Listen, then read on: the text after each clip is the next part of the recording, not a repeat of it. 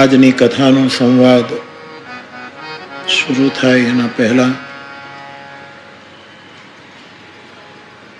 જનની જણતો ભક્ત જણ, કાં દાતાર કાં શૂર, નહીં તો રહેજે વાંધણી,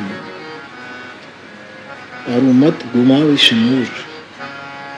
આપણો બહુ પ્રાચીન દોહો છે.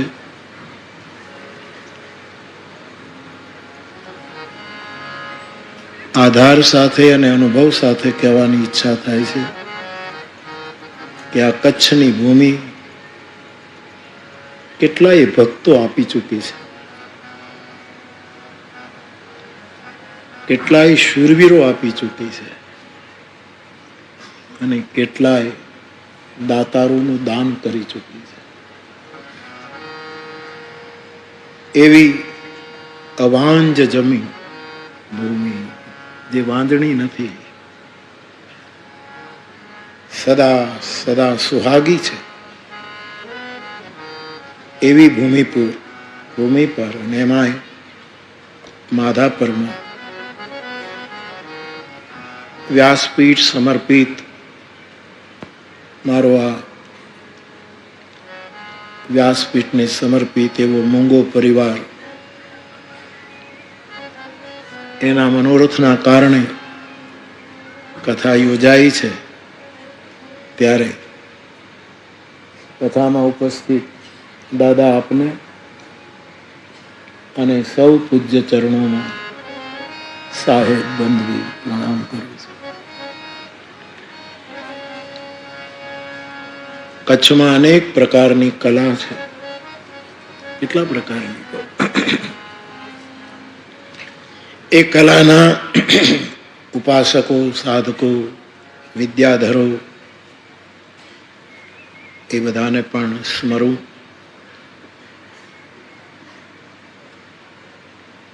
આપણા સમાજના વિવિધ ક્ષેત્રના અગ્રણીઓ,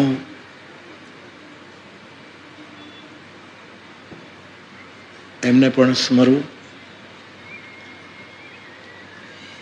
આપ સૌ મારા શ્રોતા ભાઈ બહેનો આટલી શાંતિથી આટલા દિવસથી કથા શ્રવણ કરી રહ્યા છો, આપ સૌને પણ વ્યાસપીઠ પરથી મારા પ્રણામ. જય સિયારામ. જી નામ, જી નામ, જી નામ. બા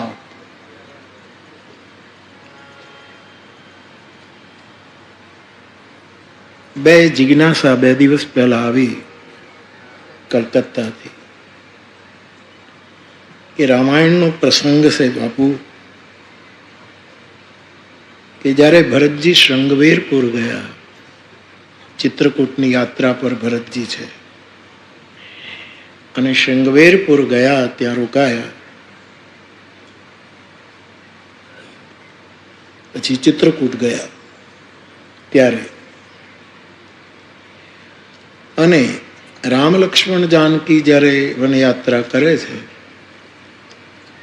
અને એ શૃંગવેરપુર ગયા, ચિત્રકૂટ તો પછી પહોંચ્યા, ત્યારે એક રાત્રિ મુકામ, આપ કથા જાણો છો, શીશંપના વૃક્ષની નીચે નિષાદે બધી વ્યવસ્થા કરી છે પ્રભુને વિશ્રામની, અને ભગવાન ત્યાં વિશ્રામ કરે છે.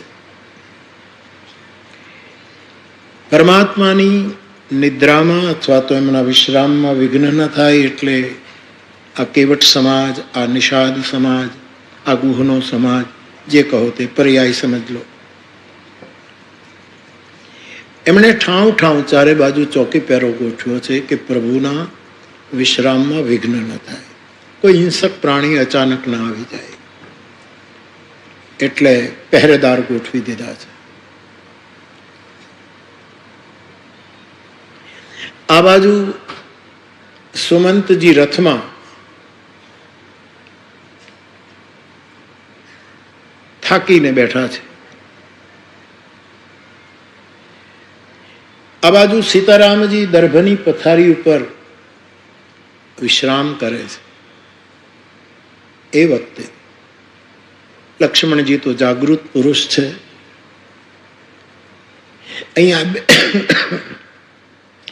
બે એવી વ્યક્તિનું મિલન છે કે બંનેને ભરત ઉપર પ્રસંગ પર શંકા ઉત્પન્ન થાય છે.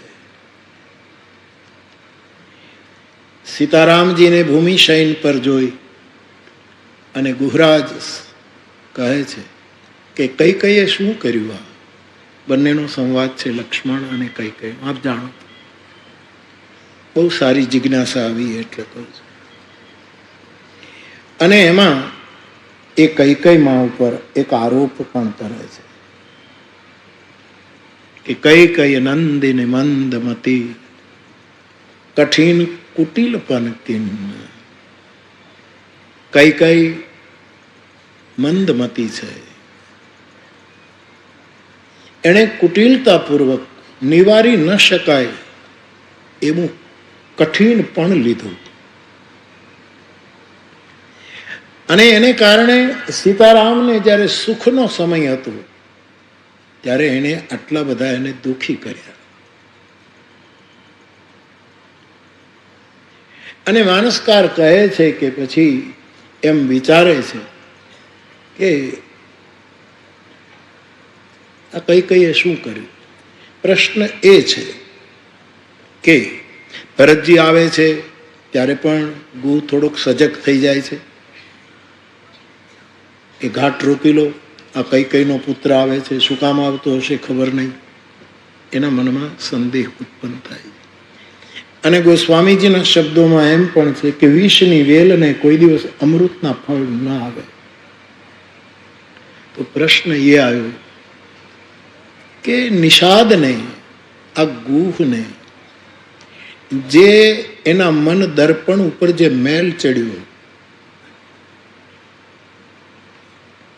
એનું ખરેખર મન દર્પણ મેલું થયું એટલે કે ભવિષ્યમાં વિવેકપૂર્વક સજાગ રહેવું જોઈએ એટલા માટે. આ શું કામ આવું? એમ દર્પણની કથા ચાલે છે એટલે પ્રશ્ન દર્પણ આધારિત છે.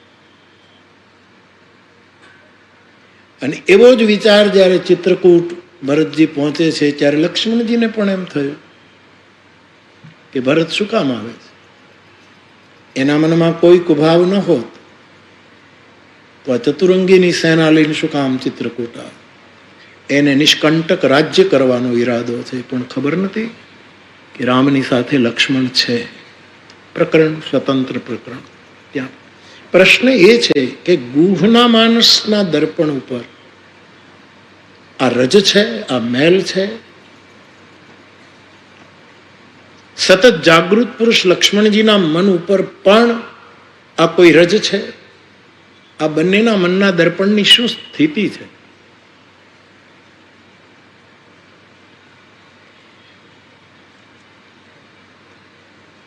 એવું સમજાય છે ગુરુ કૃપાથી કે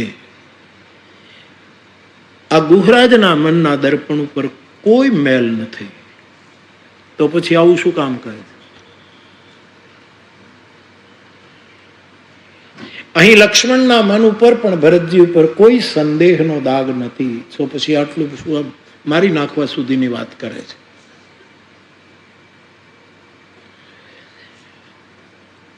ગુહરાજના મનમાં, કેવટના મનમાં આ ગુહ અને કેવટ એક છે કે બે છે, આ હજી સુધી રામાયણ જગત નક્કી નથી કરી શક્યું.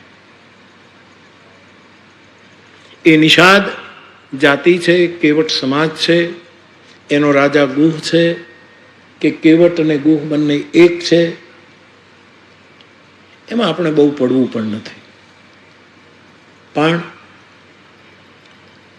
ભગવાન રામના ચરણ પ્રક્ષાલન પછી જ્યારે પ્રભુને ગંગા પાર કર્યા અને ભગવાન જ્યારે કંઈક તું લે ઉતરાય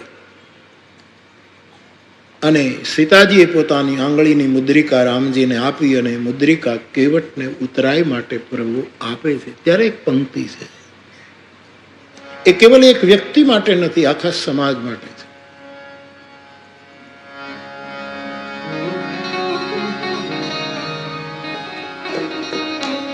આ એક જ પંક્તિ આ જિજ્ઞાસાનો જવાબ છે. નાથ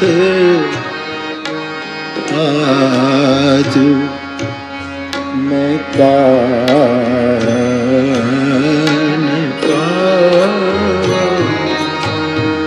નાથ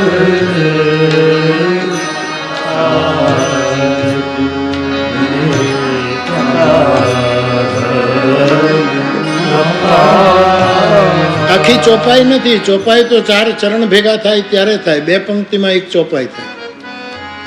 અહીંયા એક જ પંક્તિમાં જવાબ છે. એટલું જ નહીં, એક જ પંક્તિમાં પણ અડધી પંક્તિમાં જવાબ છે. અડધીમાં નહીં, એમાં રહેલા 3 શબ્દોમાં જ જવાબ છે. આ માણસ કહે છે આજે મને શું નથી મળ્યું પ્રભુ?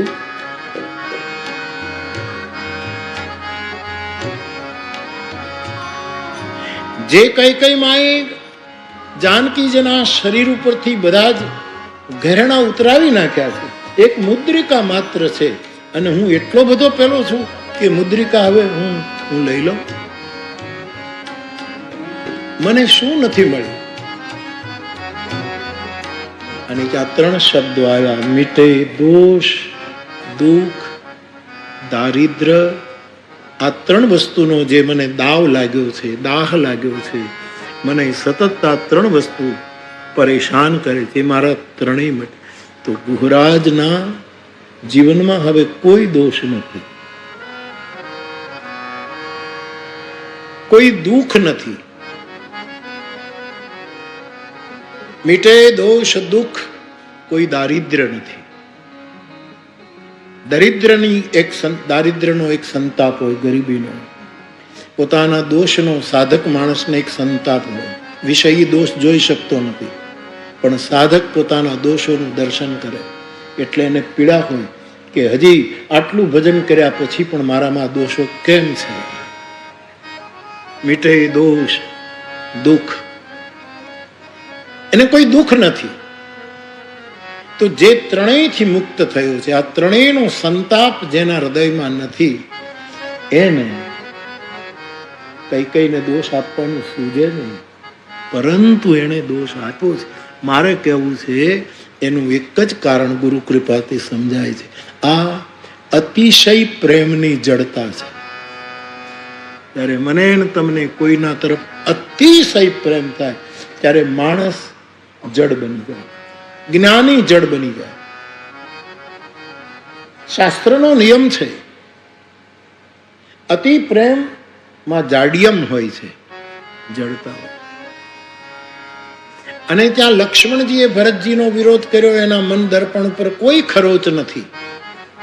એ તો 24 કલાક જાગનારો મહાપુરુષ છે.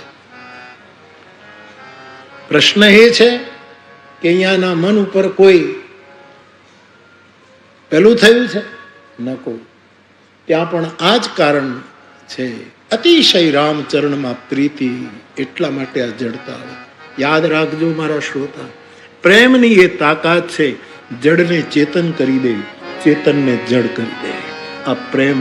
અહીંયા બંને પાત્રો, એના દર્પણમાં ક્યાંય રજ નથી, ક્યાંય મલિનતા નથી, કોઈ જગ્યાએ. પણ માત્ર અત્યંત પ્રેમ, એમાં જડતા.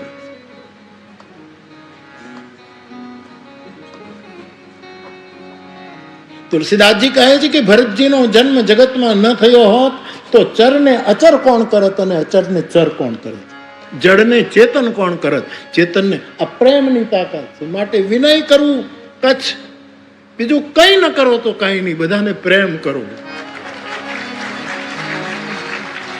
આ બહુ મોટામાં મોટી પૂજા, મોટામાં મોટી સાધના, મોટામાં મોટી બંદગી, મોટામાં મોટું અનુષ્ઠાન, મોટામાં મોટો ધર્મ.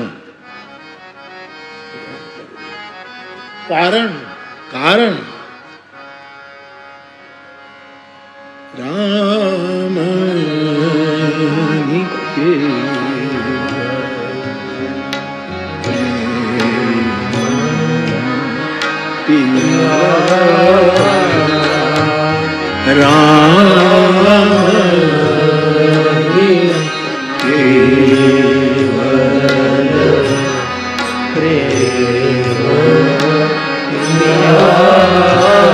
કચ્છમાં કોઈ દિવસ પ્રેમ વગરની કોઈ વાત ના આવવી જોઈએ.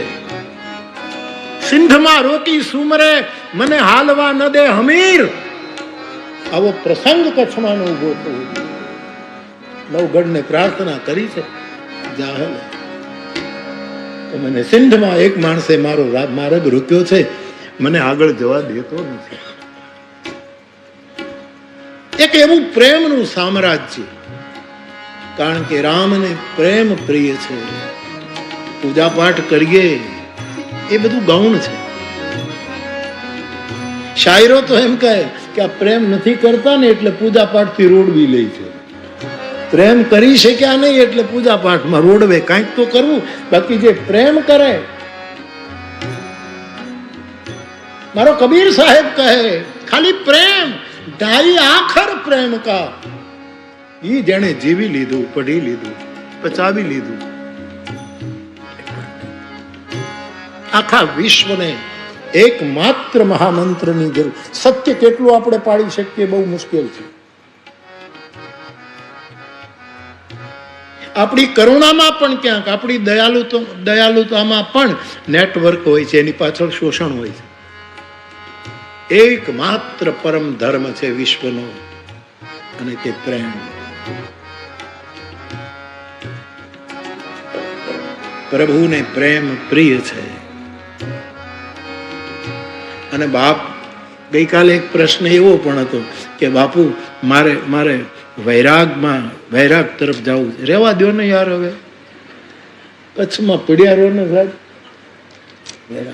હા, વિરતી લેવી છે વૈરાગ્ય, તોય પ્રેમ કરો.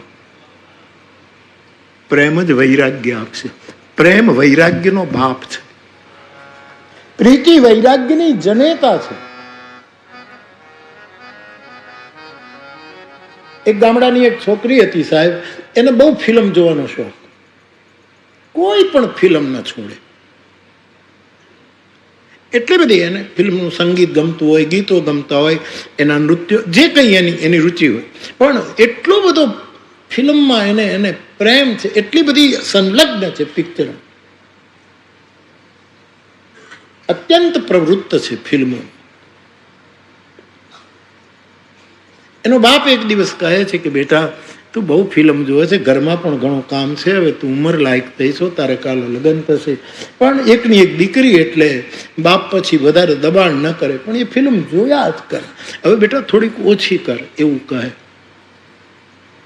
પણ થતા 17-18 વર્ષની દીકરી થઈ, અને ત્યાં તો વેલડું આવ્યું. લગ્નના ઢોલ ધ્રબુક્યા અને આવ્યું. દીકરીને પરણાવી. બાપે જમાઈને કીધું કે આ દીકરીને ફિલ્મ જોવાની બહુ શોખ. હું તમને પહેલા ચોખ્ખું કહી દઉં કે આ દીકરી છે સુલક્ષણી, પણ ફિલ્મનું એટલે એની રુચિ તમે બને ત્યાં સુધી સાચવજો, તો ઘરમાં તકલીફ નહીં થાય. હવે પરણીને ગઈ, સસરાએ જમાઈને આમ કીધું, એટલે જમાય બિચારો પણ સમજદાર, એટલે પેલી જ્યારે કહી ત્યારે એને ફિલ્મ જોવા લઈ જાય.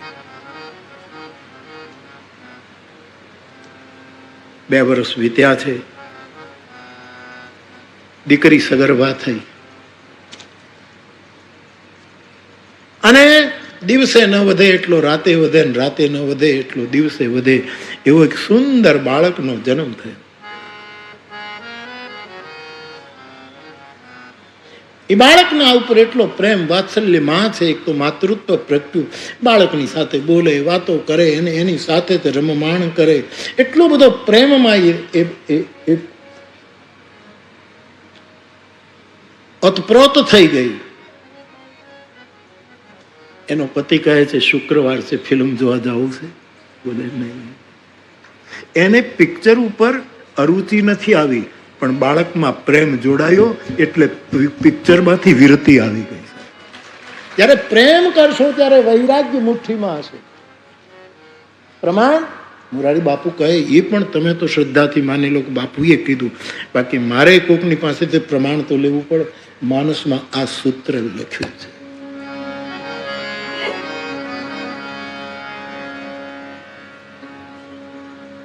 ભરત ચરિત કરીને તુલસી જે સાદર તો સિય રામ પદ પ્રેમ, સીતારામના ચરણમાં પ્રેમ થશે તો અવશ્ય હોગી ભવરસ. તુરંત પ્રેમનું ફળ છે વિરતિ, વૈરાગ આવીનું ગોરસ.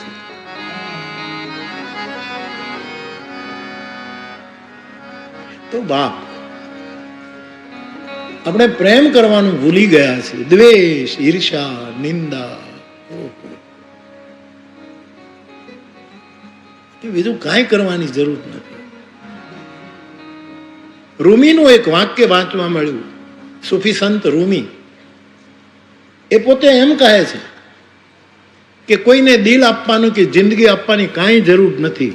હું તમને, રૂમી કહે છે, હું તમને દિલ આપું, જાન આપું, કઈ જરૂર નહીં, કારણ કે ઓલરેડી મેં આપેલું જ છે.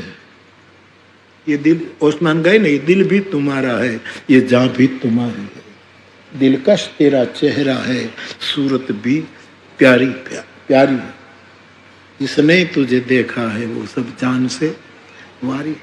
क्या पेश करूं तुमको, क्या चीज हमारी है, ये दिल भी तुम्हारा है, ये जान भी तुम्हारी. તો રૂમી કહે, મારે તમને દિલ કે જાન આપવાની જરૂર નથી, એ ઓલરેડી તમને આપી દીધા છે. મારે આ જગતને કંઈ આપવાનું હોય તો રૂમી કહે છે હું તમને દર્પણ આપું છું. એ કરીશો? રૂમીનું વાક્ય, હું તમને દર્પણ આપું. સાધકે પૂછ્યું કે આ તમે દર્પણ આપો એમાં મારે શું? એમાં તું જોયા કર, તને તારું નૂર દેખાશે, તને તારો પરમાત્મા દેખાશે. આ ક્યારે થાય? જ્યારે પ્રેમ પ્રગટ થશે ત્યારે.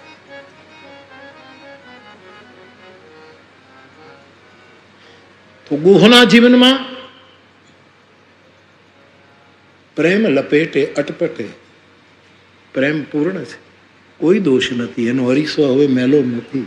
અને લક્ષ્મણજી જાગૃત પુરુષ છે, પણ પ્રેમની જડતા છે. અત્યંત પ્રેમ માણસને જડ કરી મૂકે છે. અત્યંત પ્રેમ જડને ચેતન કરે. સુતીક્ષ્ણ મહારાજને રામ તરફ અત્યંત પ્રેમ માણસમાં જાગ્યો તો નૃત્ય કરે અને વળી એ જ પાછો પ્રેમમાં ડૂબી જાય છે તો આમ વૃક્ષની જેમ સ્થિર થઈ જાય છે. આ પ્રેમની તાકાત. એટલે મારે જવાબ આપવાનો આવ્યો એટલા માટે કહું, ન મારા લક્ષ્મણના મન દર્પણ ઉપર કોઈ મેલ છે, ન ગુહના દર્પણ ઉપર કોઈ મેલ છે. કેવલ અત્યંત પ્રેમને કારણે આવેલી જડતા છે. એ પ્રેમ ધર્મમાં આ એની પ્રકૃતિ છે. અતિશય પ્રેમમાં આવી થોડીક જડતા, સ્તંભિત દશા આવે છે. તો બાપ, આ પ્રશ્ન મારી પાસે આવ્યો. મારે આજે આપણી પાસે જે થોડુંક દર્પણ દર્શન કરવું છે એમાં આપણે આગળ વધીએ. એક મંત્ર હું લાવ્યો છું, એ મંત્રનું ઉચ્ચારણ. ઉપનિષદનું નામ છે શ્વેતાશ્વતર ઉપનિષદ. એનો આ મંત્ર છે. હું એ મંત્રની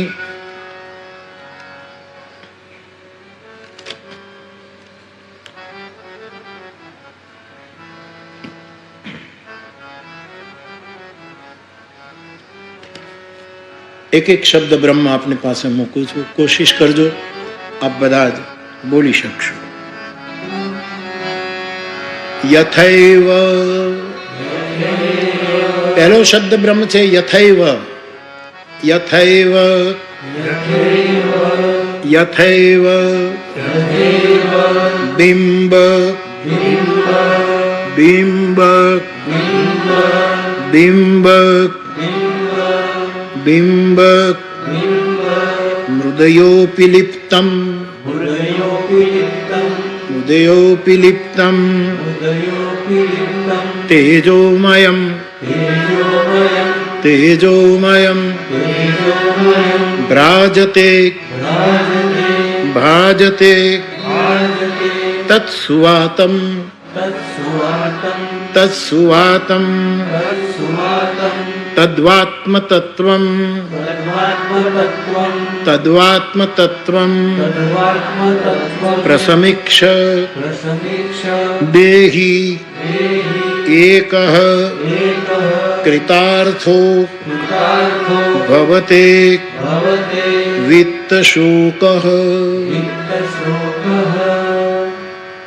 જેને બિંબ પકડાઈ ગયું છે, એક સોનાનો લગડી સોનાની પણ માટીમાં પડી ગઈ છે અને મલ આવૃત્ત થઈ ગઈ છે, પણ કોઈ એને જળ લઈને ધોઈ નાખે તો એ મૂળ સોનું એના હાથમાં પ્રાપ્ત થાય, પછી એને કોઈ શોક રહેતો નથી, એ કૃતાર્થ થાય છે. મારી તમારી દશા એ છે કે આપણું મન રૂપી, મન બહુ કિંમતી છે, મન ઘરેણું છે, મન સોનું છે, પણ કોઈને કોઈ કારણસર માટીમાં લિપ્ત છે.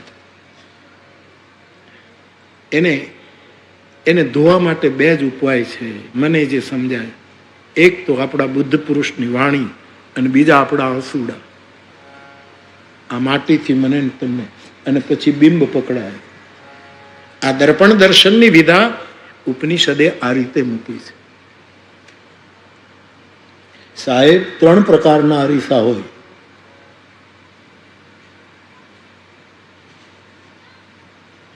એક તો દેહ, આપણો દેહ એ અરીસો છે. બીજું વારંવાર ચર્ચા થઈ, દેહી એ બીજું અર્પણ દર્પણ છે. એક દેહ, બીજો દેહી અને ત્રીજો વિદેહી. 3 પ્રકારના દર્પણ. દેહ આદિ ભૌતિક, દેહી એટલે મન જે દેહમાં રહે છે. જેમ ગેહ એટલે ઘર, ગેહી એટલે એમાં રહેનારો. આ દેહ એટલે આ દર્પણ છે, પણ સ્થૂળ છે, લૌકિક છે.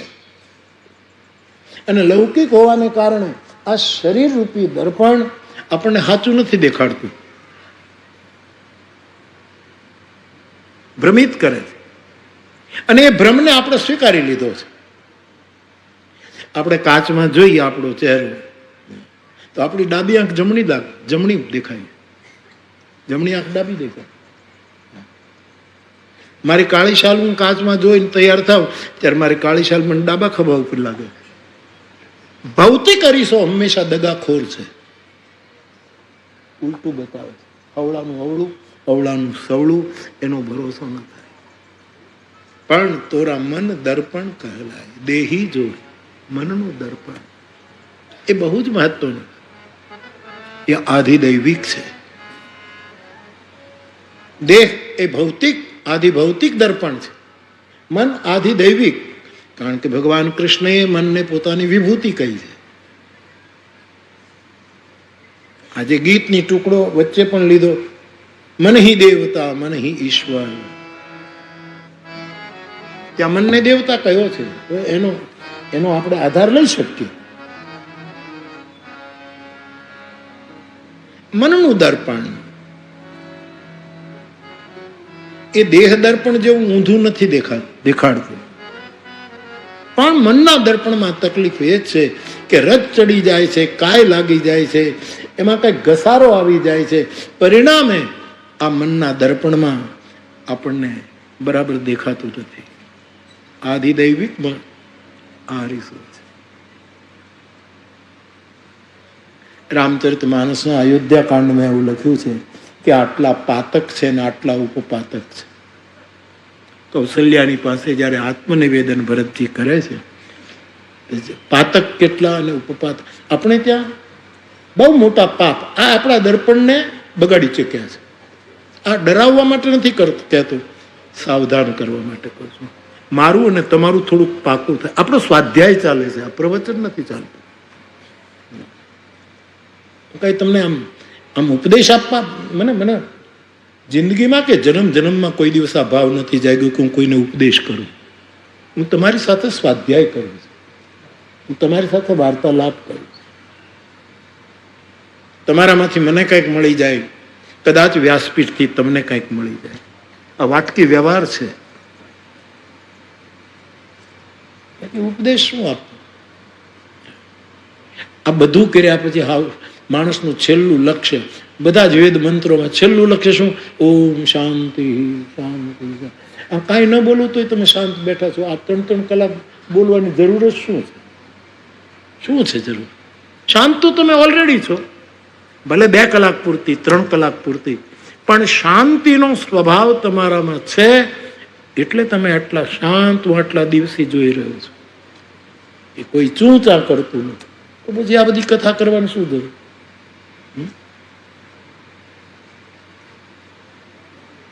આ શાંતિનો પ્રસાદ તમે 1 વાગે કે 1:30 વાગે કથા પૂરી થાય પછી શાંતિનો થોડોક પ્રસાદ લઈને ઘરે જાઓ, એટલા માટે કથા છે.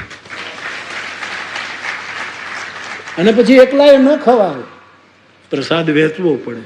જે કથામાં ના આવ્યો હોય એને થોડોક શાંતિનો અનુભવ કરાવો, જે કથાની નિંદા કરતા હોય એને થોડોક શાંતિનો અનુભવ કરાવો. જે કથા કાલે એક બેને મને ચિઠ્ઠી લખી હતી, રહી ગયું. એ બેને એમ લખ્યું કે મારા પતિ કથા બહુ સાંભળે છે પણ રામનું નામ નથી લેતા, એવું લખ્યું. કથા એક તમારી છોડતા જ નથી. ધન્યવાદ. હું એ કથા સાંભળું પણ હું રામનું નામ પણ લઉં છું. મારા પતિ રામનું નામ લેતા નથી. હું એને કહું છું કથા આટલી સાંભળો અને રામનું નામ તમે કેમ નથી લેતા? તે એ મને એમ કહે છે કે તે રામનું નામ સિદ્ધ કર્યું છે. રામનું નામ સિદ્ધ કરે એ આપી શકે. તું બોલ શું કરે? મને બાપુ જે દી કહેશે તે દી હું રામ નામ લઉં. આજે આરતીમાં આવી જાજો 2 જણા. જેણે આ ચિઠ્ઠી લખી છે એની મારી પ્રાર્થના છે કે આજે તમે 2 જણા આરતીમાં આવજો અને તમારી મેળાએ, અહીં તો રામ નામ સિવાય બીજું છે શું? તમારી મેળાએ રામ નામ લે. હું કહું એ મેં કાંઈ સિદ્ધ કર્યું એવું થોડું જ. આમાં સિદ્ધ મંત્ર પીડ્યો છે રામ નામ, એને તમે અહીંયા આરતી ઉતારીને લઈ લેજો.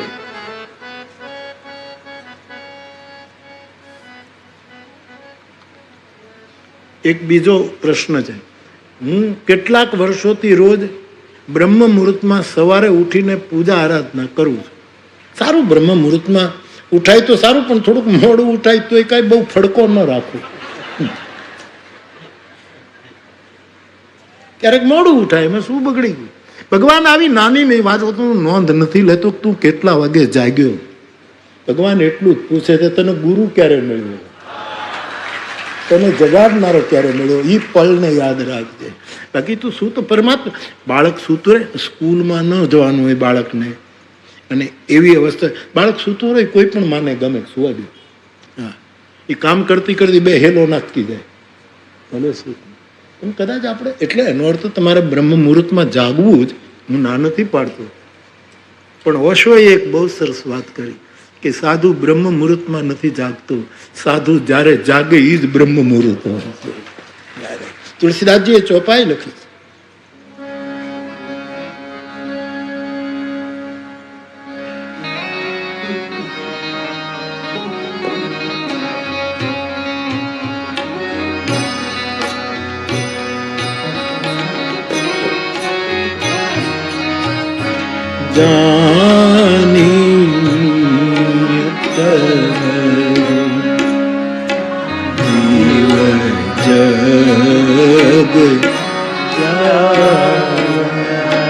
जब सब विषय विलास विरागा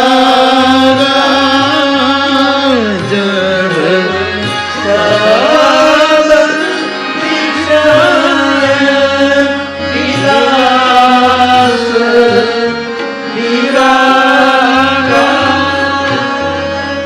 ત્યારે જાગ્યો ગણવો એવું લક્ષ્મણજી બોલ્યા છે કે જીવ ત્યારે જ્યારે ધીરે ધીરે ધીરે ધીરે આ વિષયોનો જે વિલાસ અતિરેક છે, વિષયો તો આપણી આંખ છે એટલે આપણે જોઈએ, આપણે કાન છે એટલે સાંભળીએ, મોઢું છે એટલે ખાઈએ, એનો અતિરેકમાંથી વેરાગ આવવા માટે ત્યારે સમજવાનું કે જાગરણ થયું છે. તો આપ વહેલા ઉઠો છો, સારું છે. તો બાપુ હું બ્રાહ્મ મુહૂર્તમાં ઉઠીને પૂજા આરાધના કરું છું, ધન્યવાદ. પરંતુ બાપુ મારા મંદિરમાં હનુમાનજી છે, કુળદેવી છે, માં સરસ્વતી છે, ગણપતિ છે, માં આશાપુરા વગેરે બિરાજે છે. ત્યારે મનમાં એમ જ થયા કરે કે આમાં કોને કોને જપવા, ઈ છે ને એને જપવા દો, એને શાંતિ લેવા દો, એટલા જેને બેસાડ્યા છે એને જપવા દો. ખેર, પરંતુ બાપુ મારા ઈષ્ટદેવ શિવ પાર્વતી છે. નામ જપ કરવા બેસું ત્યારે કોનું નામ લેવું એ વિચાર મનમાં મૂંઝવણ ઉત્પન્ન કરે છે. બાપુ કૃપા કરીને મારા આ પ્રશ્નનું સમાધાન કરો ને. આપનો ફ્લાવર. હા, પહેલી વાત તો એ, જો મારું માનો તો, મારું નહીં તુલસીદાસજીનું માનો તો, ઓર દેવતા ચિતન ધરી.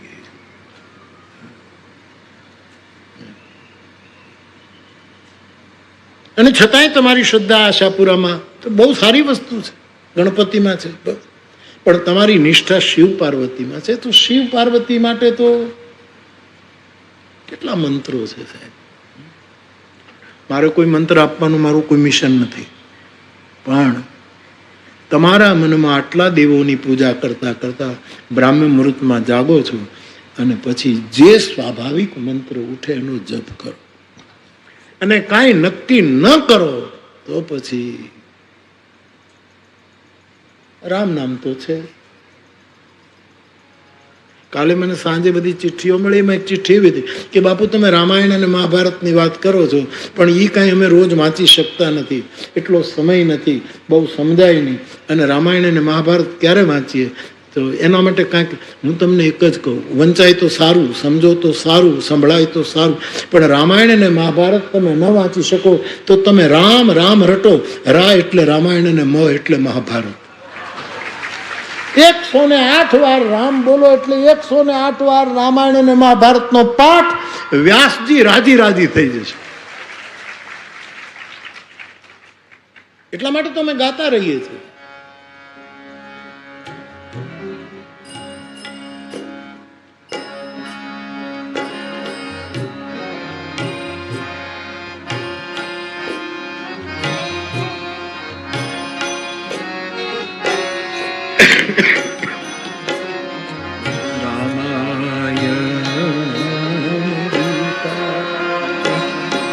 મારી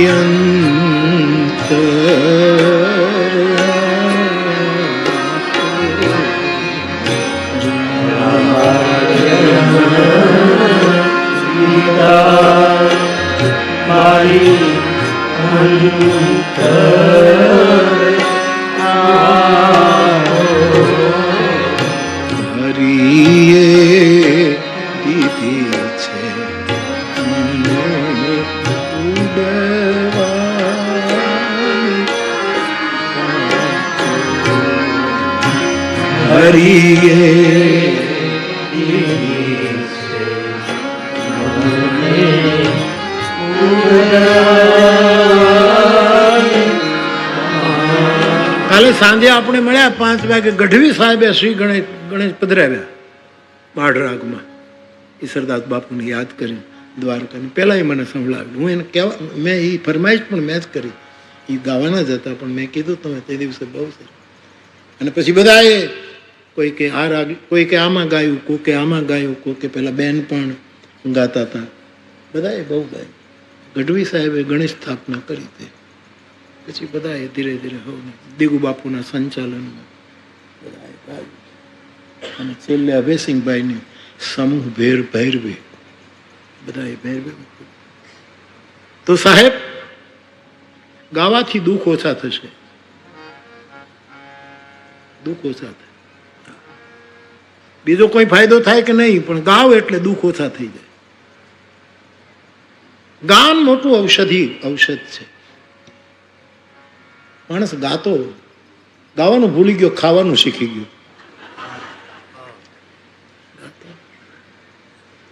માણસ ગાય. કાલે ભૂલે મારે પહેલા કહેવું હતું, પણ કાલે બધાએ અને હાલભાઈના દીકરાએ પણ પાછો માળ ગાયો. પેલો ધોખો, શું બધા ધોખાનો શું ધોખો, એને માળ જ કર્યો ને. પછી એને માળ ગાયો. રાગ જ સારો છે.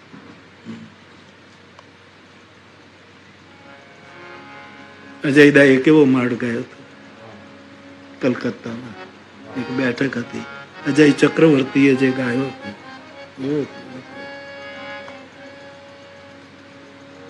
ગાવાનું એક ભગવત કૃપા છે. તો કાલે ઘણા પ્રયત્નો કરતા હતા, ગાવાનું શીખતા હતા. એને એમ થાય કે હું કંઈક ગાઉં, અને બધાને આપણે પ્રોત્સાહિત કરતા હતા. એને હોશ હોય તો ગાતા હતા. પેલા એક ભાઈને ગુરુ તારો પાર ન પાયો. ગુરુનો પાર નથી ક્યાંય પમાતો, અને ગાયકનો પાર નથી પમાતો. સાહેબ પણ મારે કહેવાનું એ છે, ગાવ બાપ.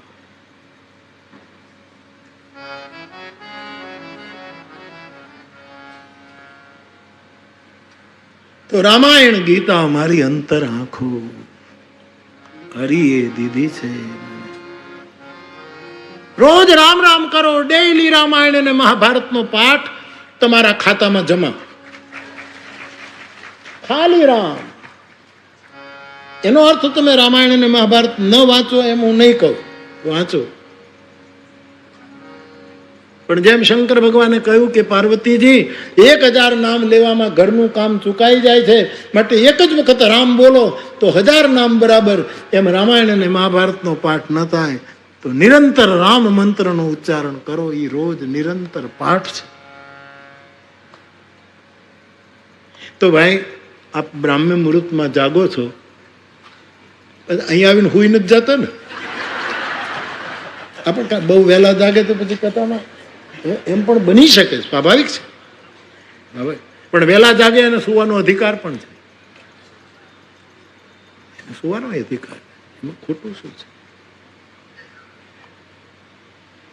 જવું છે તારે? ઠીક.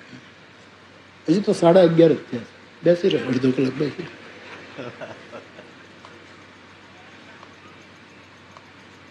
બાપ તો જે મારો તો થોડોક આનંદ કરાવું છે, પણ જે સહજ થાય, શિવ પાર્વતીનું નામ સહજ આવે તો એ લેજો.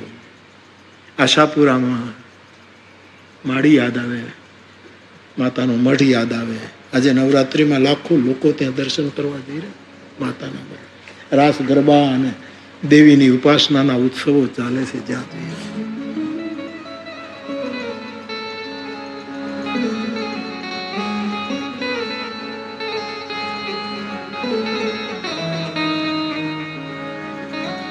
તું ગા.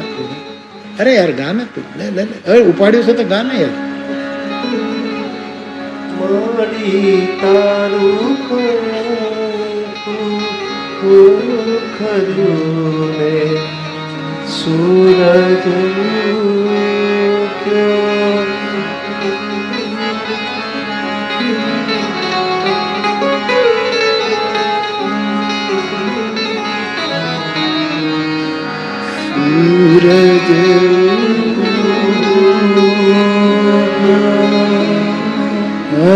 જગ માથે જાણે.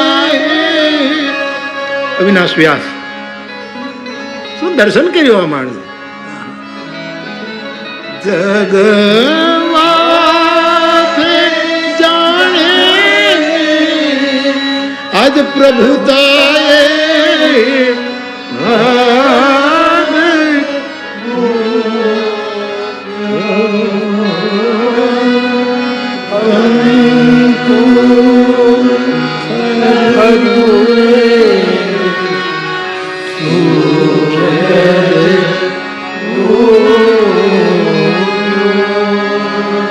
ઉગમના ઓરડા વાળી ભજા તને ભેળિયા વાળી.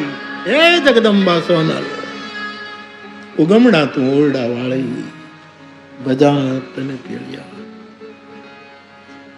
તો સ્વાભાવિક રીતે જે થાય એ જપવું. અને જેણે આ પ્રશ્ન પૂછ્યો છે એ કથામાં હોય તો આરતીમાં આવજો, અને પછી તમને અહીંથી જે પ્રેરણા થાય એ પ્રેરણા લઈને પછી સહજ કરજો. અને ઓલા ભાઈ તો ખાસ આવે જે કથા સાંભળે છે પણ રામનું નામ નથી લેતા, એ બંને જણા આવે. આ તો સાચા છે હો, નહીંતર હું આમ બોલાવું ને એટલે ઘણા હવે આના ખોટા ઉપયોગ કરે કે વ્યાસપીઠ સુધી જવાનું એક બાનું છે એટલે આવા પ્રશ્નો પૂછે. પછી આરતીમાં 170 દેશોમાં એ દેખાય. ઘણા તો વિડીયો વાળાને કહી દે કે હું થાળી પકડું ત્યારે મને દેખાડ, તું દેખાડવા જેવો નથી.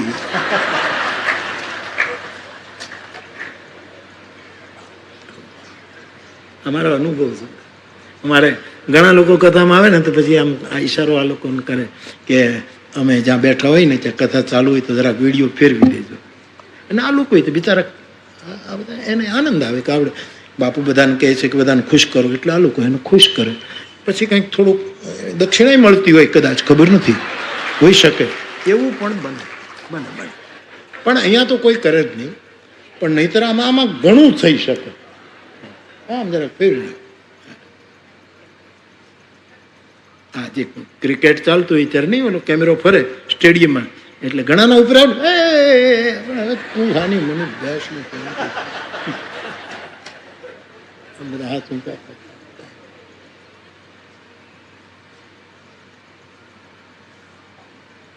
બાપ તો આપ, હું તો વિનોદ કરું છું, આપ કથામાં હો તો જરૂર આવજો, અને આપને પ્રભુ જે પ્રેરણા કરે એ આપ સ્વીકારજો.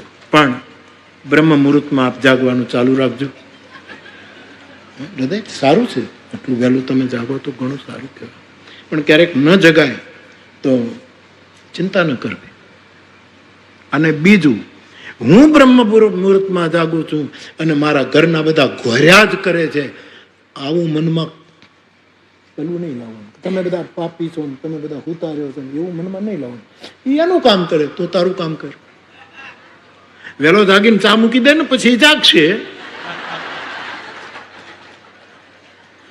વહેલો જાગીને ઘરનું ઓરડો સાફ કરી લે પછી જગાડજે એને, અથવા તું બેન જાગી જાય તો પછી તું જાગજે. કથામાં છે ને યમ નિયમ પ્રાણાયામ પ્રત્યાહાર એકેય વસ્તુ નથી લેતો. હા, હું જો અમે યમ નિયમથી બેસીએ છીએ, અહીંથી હલતા નથી. અમારો સંયમ છે કે આ રીતે જ બેસવું, આટલા કલાક બેસવું, યમ નિયમ. અમે અવરોહ ગાવામાં થાય એટલે પ્રાણાયામ એની મેળાએ અમારા થઈ જાય, પ્રત્યાહાર અમુક વસ્તુ એની મેળાએ નીકળી જાય. આ બધું હું તમને કહેતો જ નથી કે તમે યમ ને તમને જેમ ફાવે એમ કથામાં બેસો શાંતિથી, ખુરશી ઉપર, સોફા ઉપર, નીચે પલાઠી વાળીને 4 કલાક બેસવામાં લાંબા ટૂંકા પગ કરો, હાથ લાંબા ટૂંકા કરો, ખાલી જીભ લાંબી ટૂંકી નહીં કરવાનું. કાલે હું અહીંયા બેઠો તો તું ક્યાં આવી ગયો, કાલે હું અહીંયા હતી ને તું કેમ આવી ગઈ, આવી જીભને લાંબી ટૂંકી ન કરતા કથામાં. બાકી તમે મોજથી રહો.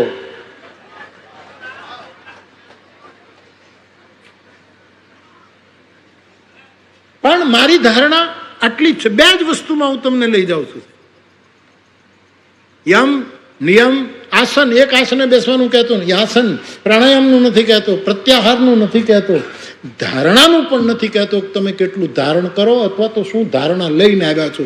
એની સાથે પણ મારા 2 જ ઉદ્દેશો છે તલગાજરડાના ગુરુદત્ત, કે હું તમને કથામાં મગ્ન કરું અને છેવટે તમારે લેવી ન પડે એવી સમાધિનો અનુભવ કરાવું. આ 2 જ મુદ્દાથી કથા ચાલે.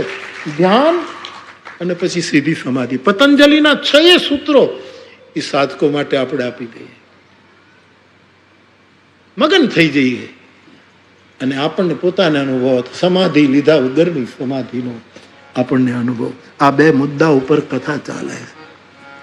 એટલે જે સહજ થાય તે કરજો. તો આપના એ પ્રશ્નો હતા.